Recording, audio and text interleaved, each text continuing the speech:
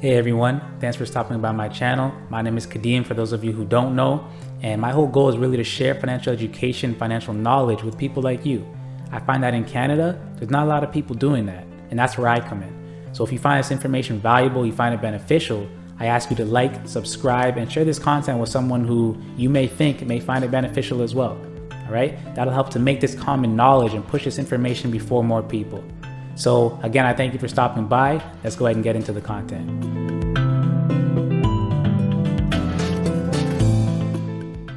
Hey everyone, Kadim here. Real quickly, I want to share with you one of the reasons why many people are broke.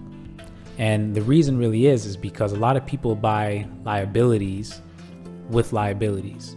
And I'll explain that. So a liability is anything that takes money out of your pocket, to put it simply. Now, an asset is something that puts money in your pocket.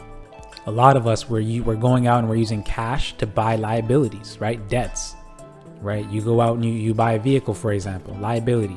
You get a loan, liability, right? You have a credit card, you use that credit card to buy things. That credit card, what you just bought on it is a liability because you've accumulated debt with that credit card, right? Line of credit, student loan, all these different things, those are known as liabilities because they're taking money out of your pocket. You're being charged interest. If the vehicle costs you $30,000, it's not $30,000.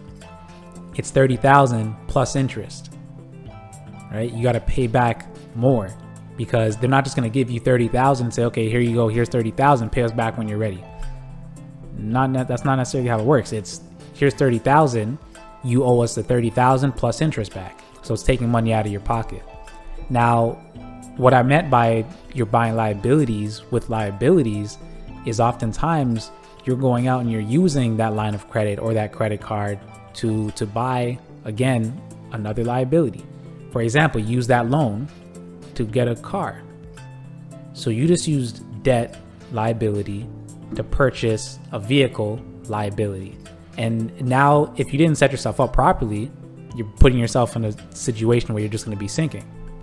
So a lot of people have leases, who finance a vehicle. I lease a vehicle, right? But I've set myself up to the point where it doesn't affect me, right? I have things in place, I have things in order, and I have assets that are growing above this little interest rate that I'm being charged on my lease. So in reality, it makes more sense for me to do it that way. Now, not everyone's situation is the same.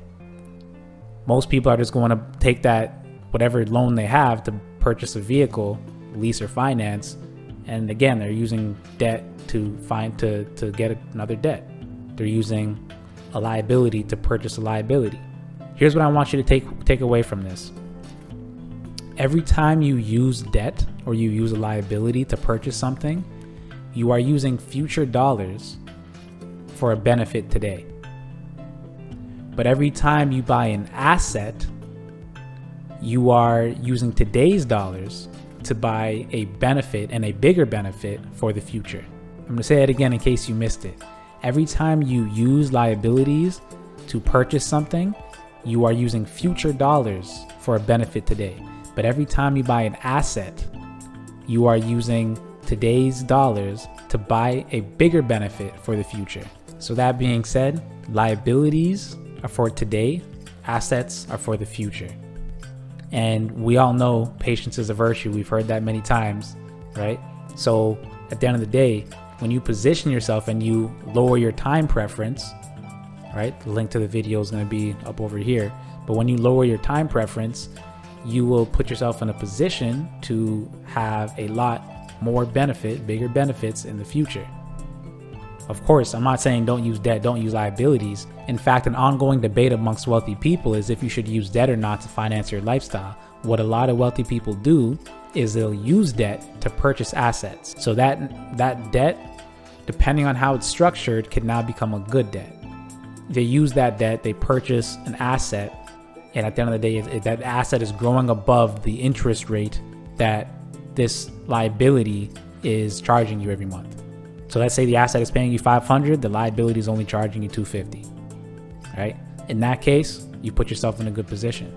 So by lowering your time preference, you can set yourself up again for a better future, a better lifestyle. Because if you continue doing the same thing you've been doing, you're going to continue getting the same result. insanity. Doing the same thing over and over, expecting a different result. And if that's what you're doing, you need to change something, right? The new year is next week, right? It's around the corner, and it's time to change something. And it shouldn't take the new year for you to realize it, but look back at this year, see how much you've spent, and kind of see how you've budgeted. How much did you save? What percentage? What percentage went towards debt? What percentage went to your savings account, your investments? What percentage was actually used and spent for your lifestyle? And where can you make some adjustments? So that's it for me, everybody. Hopefully that was helpful for somebody. And just to reiterate, don't use liabilities to buy liabilities. Use liabilities to purchase assets if that's all you can do, because that will position yourself now to have assets and to be in a different position in the future. If you continue doing the same thing you're doing, you're going to continue getting the same result, living paycheck to paycheck likely. And this is the last one before the new year. So I'll say to everybody, hope you enjoyed your Christmas, happy holidays, and have a happy new year.